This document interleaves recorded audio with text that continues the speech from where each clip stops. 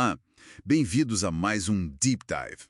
Hoje a gente vai mergulhar num tema que, olha, gera bastante confusão no Brasil, né? Com certeza. A gente vai tentar entender onde fica a linha entre atividade empresarial e não empresarial.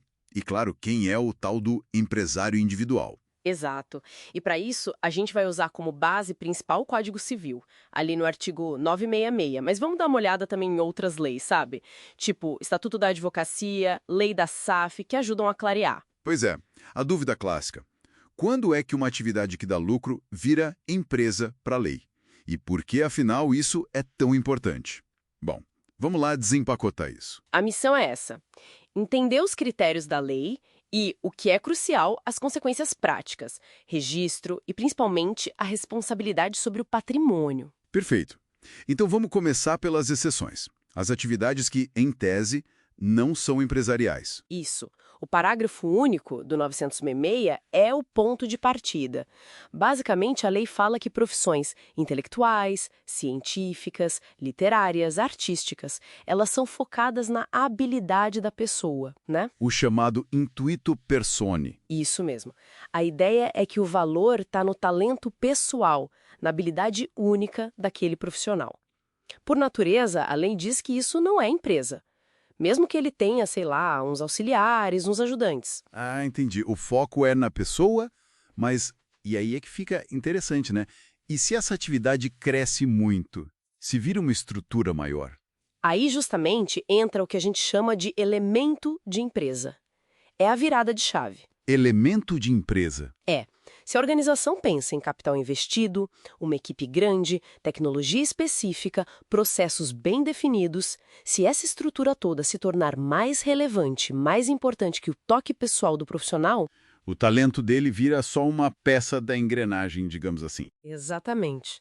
Quando isso acontece, a atividade pode sim ser considerada empresarial. Aí muda tudo: registro, tributação, responsabilidade. Entendido. E como isso se reflete, por exemplo, nas sociedades simples? Elas são para quê, então?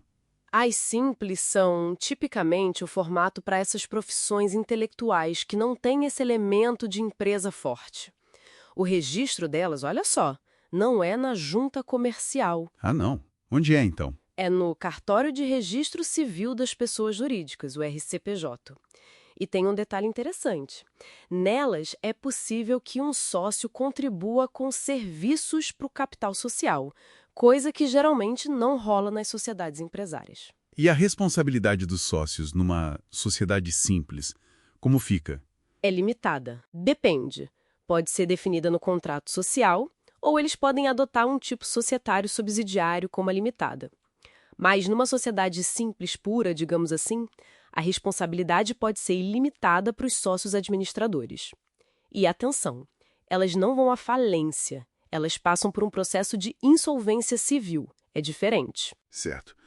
Falando em regras específicas, e os advogados? Sociedade de advogados é o quê? Advogados são um caso bem particular, sui generis mesmo. O Estatuto da Advocacia é claro. Sociedade de advogados é sempre simples. Não pode ter característica de empresa. Sempre simples, mesmo que seja um escritório gigante. Sempre. E o registro é exclusivo na OAB. Nem junta comercial, nem RCPJ. É uma regra bem específica da profissão. Interessante. E o pessoal do campo? O produtor rural? Atividade rural é empresa. Olha, por definição legal, não é. Atividade rural, por si só, não é considerada empresarial. Mas e se o produtor quiser? Aí está o ponto. Ele, seja pessoa física ou jurídica, tem a opção de se registrar na junta comercial. Se ele fizer isso, ele passa a ser considerado empresário rural. E qual a vantagem disso? Abre portas importantes. Por exemplo, acesso à recuperação judicial. O STJ, inclusive, tem entendido que esse registro na junta é necessário para pedir a recuperação. Faz sentido. É uma escolha estratégica, então. E as cooperativas? Muitas são enormes, movimentam muito dinheiro, parecem empresas. Mas a lei, aí temos um ponto que, nossa, gera muita discussão. É quase um paradoxo legal. Por força de uma lei específica, a Lei 5764/71, as cooperativas são sempre consideradas sociedades simples. Sempre?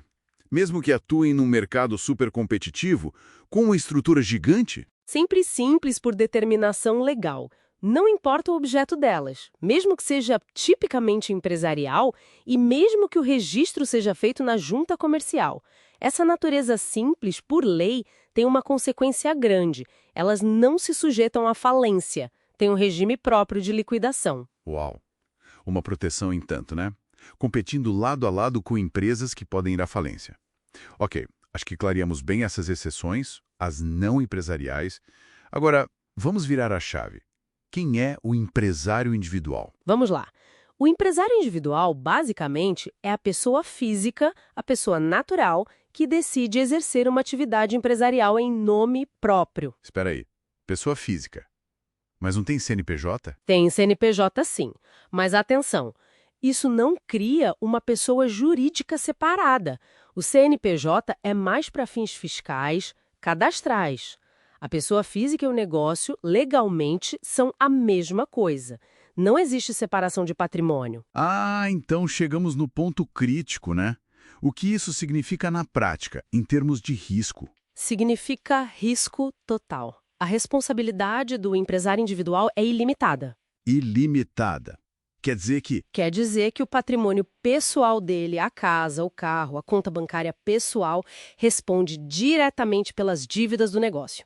Se a empresa quebrar, os credores podem ir atrás dos bens pessoais.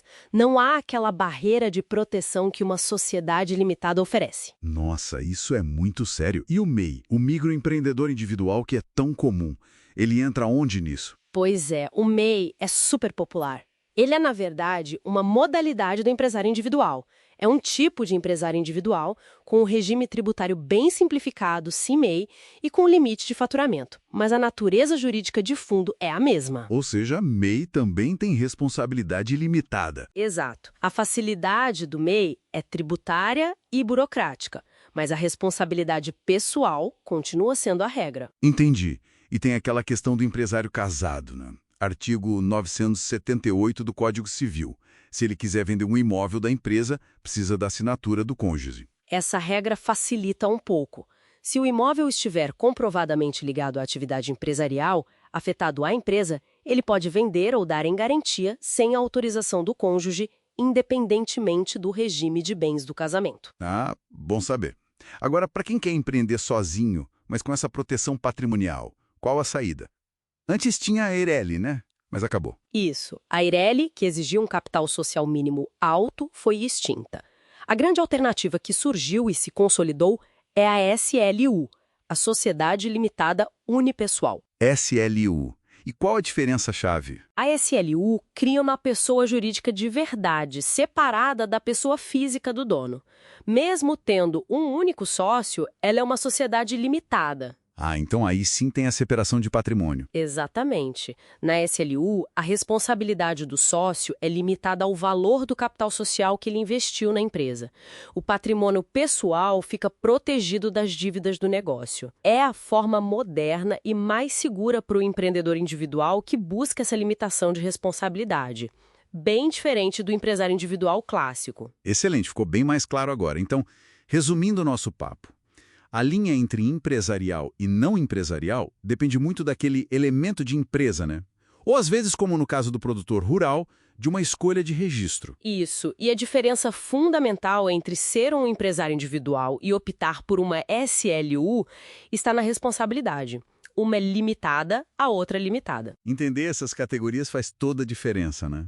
Desde como formalizar o negócio, até como gerenciar os riscos e até mesmo acessar ferramentas como a recuperação judicial. Com certeza, impacta tudo. E para a gente fechar, fica uma reflexão.